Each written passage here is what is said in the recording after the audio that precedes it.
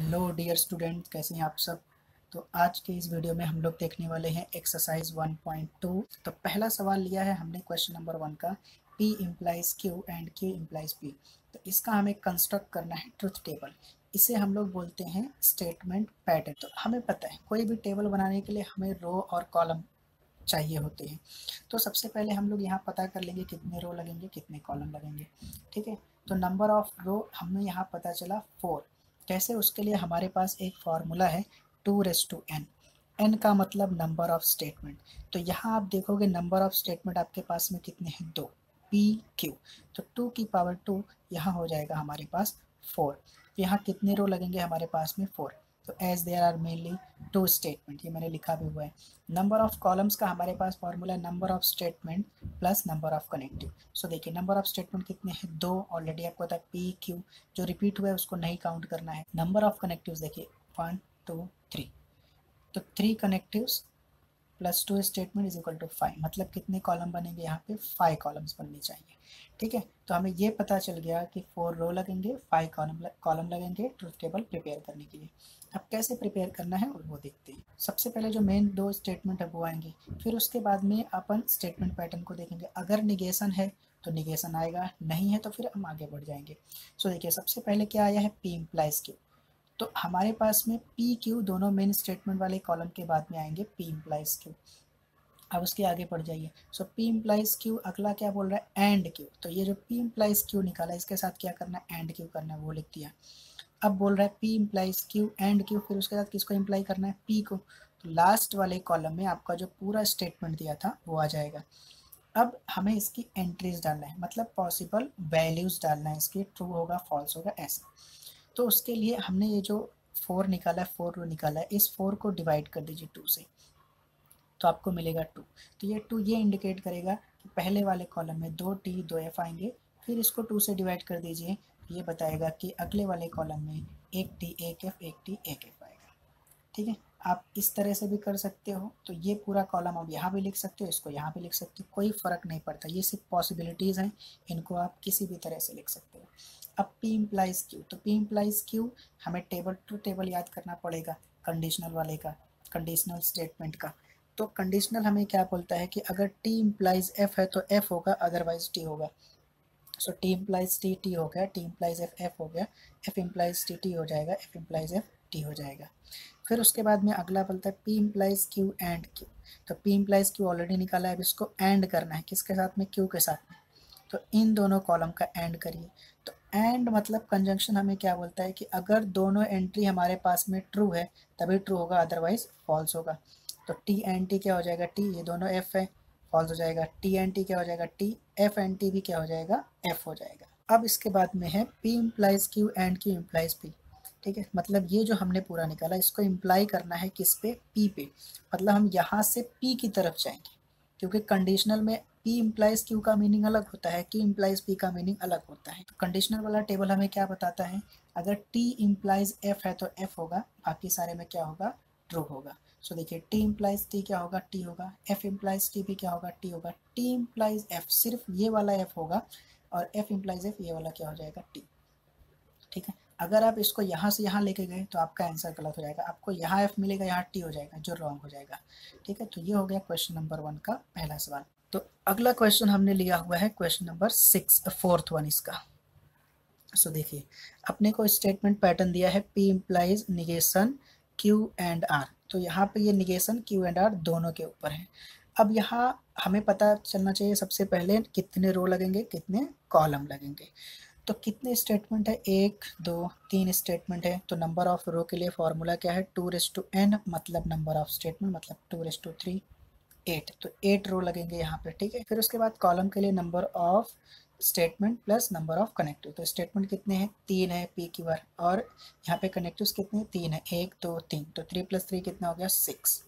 तो 6 कॉलम लगेंगे अपने को। सो पहले स्टार्टिंग कहाँ से हो गई, PQR, जो तीनों मेन स्टेटमेंट है वो आ जाएंगे। फिर अब देख लीजिए सबसे छोटा ब्रैकेट यहाँ पे Q एंड R दिख रहा है, पहले उसको लगा लीजिए, लगा लिया Q एंड R। फिर क्या बोल रहा है, उसका निगेशन, वो भी कर लिया। फिर बोल रहा है कि P implies this whole bracket. तो P implies negation of Q and R, ये लिख लिया। तो मैंने अभी आपको बोला कि लास्ट वाले कॉलम में आपका पूरा स्टेटमेंट पैटर्न आ जाएगा ट्रुथ टेबल बनाते वक्त। अब देखिए नंबर ऑफ स्टेटमेंट कितने आए हैं, 3 आए हैं, तो रो अपने को कितना लगने वाला है 8। एंट्रीज आप कैसे करेंगे, इसके पहले जो भी आया था 4, तो आपने उसको 2 से डिवाइड कर दिया, 2T 2F लिया। अब 8 आया, 8 को 2 से डिवाइड कर दीजिए, ये हो जाएगा 4T 4F पहले वाले में, दूसरे में 2T 2F 2T 2F हो जाएगा, फिर TF TF TF। ठीक है, आप इनको इंटरचेंज भी कर सकते हो, आपके पास 8 पॉसिबिलिटी होनी चाहिए, आप कैसे भी लिखो, इनको कोई फ़र्क नहीं पड़ता है। अब देखो एंड वाला Q एंड R करना है, तो Q एंड R करना मतलब कंजंक्शन वाला टेबल हमें क्या बोलता है कि T एंड T T होगा, बाकी सारे F होंगे, तो T एंड T T, ये F, ये F F, T and T T हो गया, फिर ये F A, ये भी F, ये भी F, फिर इसका निगेशन, तो T का F, F का T, F का निगेशन T, F का निगेशन T, T का निगेशन F, F का निगेशन T, F का निगेशन T, F का निगेशन T। अब क्या करना है हमें, P इम्प्लाइज ये पूरा ब्रैकेट करना है, तो P यहाँ पे है और निगेशन Q एंड R यहाँ पे इम्प्लाई करिए। इम्प्लीकेशन वाला टेबल या कंडीशनल वाला टेबल हमें क्या बोलता है कि T इम्प्लाइज F सिर्फ F होगा, बाकी सारे क्या होंगे, ट्रू होंगे। सो देखिए T इम्प्लाइज F, F हो गया, T implies T T, T implies T T, T implies T T, F implies F ये भी T होगा, F इम्प्लाइज T ये भी T होगा, F इम्प्लाइज T ये भी T होगा, F इम्प्लाइज T ये भी T होगा। ठीक है, तो इस तरह से हो गया अपना क्वेश्चन नंबर फर्स्ट का 4th वन। अभी एक क्वेश्चन और लिया हमने, क्वेश्चन नंबर 7th वन। तो 7th हमें दिया है Q इम्प्लाइज P और negation P if and only Q। तो नंबर ऑफ यहाँ पे स्टेटमेंट है 2, मतलब यहाँ पे अपने पास रो आएंगे 4, फॉर्मूला इज 2n मतलब नंबर ऑफ स्टेटमेंट, ये हो गया अपने पास 4, रो अपने पास आएंगे 4। कॉलम के लिए number of statement plus number of connective, तो स्टेटमेंट कितने हैं 2 PQ, स्टेट कनेक्टिव्स कितने हैं 1 2 3 4। ठीक है, तो 2 + 4 कितना हो गया 6, अपने पास में 6 कॉलम आएंगे। अब देखिए इसको किस तरह से स्टार्ट करेंगे, सबसे पहले मेन जो स्टेटमेंट है वो लिख लेंगे PQ, निगेशन है यस है, तो सबसे पहले निगेशन आएगा तो वो लिख लिया निगेशन। अब ये ब्रैकेट पहले लिख लीजिए, Q इम्प्लाइज P आ गया, फिर negation P if and only if Q आ गया, फिर इन दोनों का क्या करना है और वो कर लिया। सो एंट्री आपको करना आ गया T T F F T F T F, फिर negation P F F T T हो जाएगा, इसका निगेशन Q इम्प्लाइज P मतलब Q से P की तरफ जाना है। तो इम्प्लीकेशन का टेबल हमें बोलता है कि T इम्प्लाइज F F होगा, बाकी सारे ट्रू होंगे, तो T implies T T, F implies T T, T implies F क्या होगा F होगा, F इम्प्लाइज F क्या होगा T। ठीक है, फिर negation P if and only if की, तो निगेशन P यहाँ है, क्यों यहाँ पे दोनों का इफ एंड ओनली इफ करना है, तो इफ एंड ओनली इफ मतलब बाय कंडीशनल वाला या डबल इम्प्लीकेशन वाला टेबल हमें बताता है कि अगर सेम एंट्री आएगी तो ये ट्रू आएगा और अपोजिट एंट्री आएगी तो फॉल्स आएगा। तो ये अपोजिट है फॉल्स, सेम है ट्रू, सेम है ट्रू, अपोजिट है फॉल्स। फिर इन दोनों का क्या करना है, और तो और का टेबल मतलब डिसजंक्शन का टेबल हमें क्या बोलता है कि F और F ही F होगा, बाकी सारे क्या होंगे ट्रू होंगे। तो T और F क्या हो जाएगा T, T और T T, F और T T, T और F क्या हो जाएगा T। ओके, अब देखते हैं क्वेश्चन नंबर 2। तो क्वेश्चन नंबर 2 में हमें बोला है प्रूव द इक्विवेलेंस, तो हमें प्रूव करना है negation P and Q is equivalence to P और Q एंड निगेशन P। तो सबसे पहले जैसे हम लोग रो कॉलम काउंट करते थे वैसे करना है। कितने स्टेटमेंट है 2, तो रोज कितने आएंगे अपने पास 4। ठीक है, फॉर्मूला आपको याद हो गया 2n मतलब नंबर ऑफ स्टेटमेंट। ठीक है, फिर उसके बाद कॉलम कितने आएंगे अपने पास में, कॉलम आएंगे अपने पास में यहाँ पे number of statement plus number of connective, तो नंबर ऑफ स्टेटमेंट है 2 और कनेक्टिव्स कितने 1 2 3 4 5, तो ये टोटल कितना हो जाएगा 7। अब देखिए पहले मेन स्टेटमेंट आएगा पी क्यू, फिर निगेशन है यस, पी का भी निगेशन, निगेशन पी, क्यू का निगेशन है नहीं है, छोड़ देंगे उसको। अब लेफ्ट साइड वाला पहले लिख लीजिए, लेफ्ट साइड वाला क्या अपने पास में निगेशन पी एंड क्यू लिख लिया उसको। फिर राइट साइड वाले पे आ जाइए, पहले क्या आया है पी और क्यू लिख लिया, फिर क्या करना है पी और क्यू एंड निगेशन पी करना है, तो उसको पी और क्यू एंड निगेशन पी लिख लिया। अब देखिए एंट्रीज आपको करना आ गया T T F F T F T F, negation P है मतलब एफ एफ टी टी हो जाएगा। अब क्या करना है निगेशन पी एंड क्यू करना है, तो निगेशन पी यहाँ है क्यू यहाँ पे है, दोनों का एंड करना है, तो टी एंड एफ क्या होगा F, T and F and F क्या होगा एफ, टी एंड टी क्या होगा टी, एफ एंड टी क्या होगा एफ। फिर उसके बाद करना है पी और क्यू, तो टी और टी टी, टी और एफ टी, एफ और टी टी, एफ और एफ एफ हो गया। अब क्या करना है पी और क्यू के साथ में एंड निगेशन पी करना है, तो पी और क्यू के साथ में एंड निगेशन पी करिए। अब आपको क्या प्रूव करना था, this one is equivalence to this one, तो ये कहाँ पे, यहाँ पे अपने पास में 4th कॉलम में, और ये कहाँ पे अपने पास में 6th कॉलम में। दोनों कॉलम में आप देखें दोनों की एंट्रीज जो आई हैं वो क्या है सेम है, ठीक है ना, दोनों की ट्रूथ वैल्यूज क्या है सेम है, इसलिए this statement pattern is equivalence to this statement pattern. अब हम देखेंगे क्वेश्चन नंबर 2 का, ये क्वेश्चन 6.1। तो ये हमें दिया है P implies Q and R is equivalence to P implies Q and P implies R। ये चीज़ हमें प्रूव करना है। तो रो और कॉलम पहले पता कर लेंगे। तो रो कितने बनेंगे भाई, कितने स्टेटमेंट है, P Q R 3 है, तो 2 की पावर n, n का मतलब नंबर ऑफ स्टेटमेंट, तो 3 पुटअप करेंगे तो ये हो जाएगा 8, मतलब 8 रो होंगे यहाँ पे। नंबर ऑफ कॉलम के लिए number of statement plus number of connectives. तो नंबर ऑफ स्टेटमेंट यहाँ अपने पास में कितने हैं, 3। कनेक्टिव्स कितने, 1 2 3 4 5 कनेक्टिव। कितने कॉलम बनेंगे अपने पास में, टोटल 8 कॉलम बनेंगे। ध्यान रखिए यहाँ पे 2 अलग अलग स्टेटमेंट पैटर्न है, लेकिन जब हम लोग टेबल बनाएंगे तो टेबल एक ही में बना रहे हैं ना, इसलिए दोनों के कनेक्टिव्स काउंट करेंगे यहाँ पे।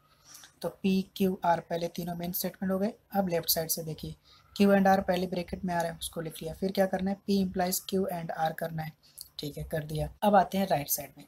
तो राइट साइड में सबसे पहले क्या है, P इम्प्लाइज Q, वो कर दिया। फिर ब्रैकेट देख लीजिए क्या करना है, P इम्प्लाइज R, वो कर दिया। फिर इन दोनों ब्रैकेट का एंड करना है, ठीक है। तो यहाँ पे कॉलम नंबर लेकर के थोड़ा लिखा हमने, और यहाँ लास्ट में लिखा है 6 एंड 7। तो एंट्रीज कैसे आएंगे, 4T 4F, फिर 2T 2F 2T 2F, फिर TF TF TF। अब फोर्थ कॉलम में अपने को निकालना है Q एंड R। तो Q यहाँ पे, R यहाँ पे। तो एंड का टेबल क्या बोलता है, अगर दोनों T है तो T आएगा, बाकी सारे F हो जाएंगे, ठीक है। या देखिए दोनों T है, T हो गया, दोनों T है, T हो गया, बाकी सारे क्या हो जाएंगे, F हो जाएंगे। फिर P implies Q and R करना है, ठीक है। तो P यहाँ पे, Q एंड R यहाँ पे। तो इम्प्लीकेशन में T इम्प्लाइज F क्या होगा, F होगा। तो देखिए T इम्प्लाइज F, F हो गया, ठीक है। इधर T हो गया, T इम्प्लाइज F, F हो गया, T इम्प्लाइज F, F हो गया। F इम्प्लाइज T क्या हो जाएगा, T। ये भी क्या हो जाएगा, T। ये भी क्या हो जाएगा, T। ये भी क्या हो जाएगा, T। अब P इम्प्लाइज Q, तो ये तो ऑलरेडी अभी आपको बता दिया। P इम्प्लाइज R, इसी तरह से आप इसको समझ सकते हैं। फिर इन दोनों का एंड करना है। तो T एंड T वाले में T हो जाएगा, बाकी सारे में क्या होगा, F। तो T and F, F, F and T, F, F and F, F, T and T, T हो जाएगा, T एंड T, T हो जाएगा, T एंड T, T हो जाएगा, T एंड T, T हो जाएगा। तो आपको प्रूव करना था P implies Q and R equivalence होता है P implies Q and P implies R। ये कहाँ पे, ये 8 में। ये कहाँ पे, ये 5th में। तो 5th और 8 कॉलम देखिए, दोनों की एंट्रीज आपको सेम दिखेंगी, ठीक है। दोनों की एंट्रीज सेम दिख रही हैं। From column 5 and 8 in both the columns entries are identical, ठीक है। Therefore P implies Q and R equivalence to P implies Q and P implies R। Okay, तो क्वेश्चन नंबर 3 जो है उसमें आपको कुछ ज़्यादा काम नहीं कर रहे हैं, सिर्फ ट्रुथ टेबल बनाना है और आपको बताना है जो स्टेटमेंट पैटर्न दिया है वो टॉटोलॉजी है, कॉन्ट्रडिक्शन है, कंटिजेंसी क्या है। तो अगर आपके लास्ट के कॉलम में, ठीक है, पूरे की पूरे एंट्री T आई, तो उस स्टेटमेंट पैटर्न को जो दिया उसको बोलेंगे टॉटोलॉजी। अगर पूरा का पूरा F आया तो उसको बोलेंगे कॉन्ट्रडिक्शन। और मिक्स टाइप का है, मतलब इस टाइप का है, F भी आया, T भी आया, ठीक है ना, उसको हम लोग बोलेंगे कंटिजेंसी। तो टोटोलॉजी मतलब पूरा का पूरा ट्रुथ वैल्यू लास्ट में क्या आना चाहिए, T। कॉन्ट्रडिक्शन मतलब क्या आना चाहिए, F। कंटिजेंसी मतलब क्या आना, T भी आ सकता है, F, दोनों आ जाएंगे, मिक्स टाइप का आ जाएंगे, ठीक है ना। तो इसको बोलेंगे कंटिजेंसी। तो टेबल इसी तरह से प्रिपेयर करना है जैसा हमने पहले सवाल में प्रिपेयर किया या दूसरे में किया, उसी तरह से आपको तीसरे में भी करना है। और सिर्फ बताना है टॉटोलॉजी है, कॉन्ट्रडिक्शन है, कंटिजेंसी है। तो लास्ट का कॉलम चेक कर लेंगे, अगर पूरा का पूरा T मिलेगा तो टॉटोलॉजी बोलेंगे, पूरा का पूरा F मिलेगा तो कॉन्ट्रडिक्शन बोलेंगे, और अगर मिक्स मिला T F दोनों मिले तो बोलेंगे कंटिजेंसी स्टेटमेंट पैटर्न, ठीक है। तो ये हो गया आपका एक्सरसाइज 1.2।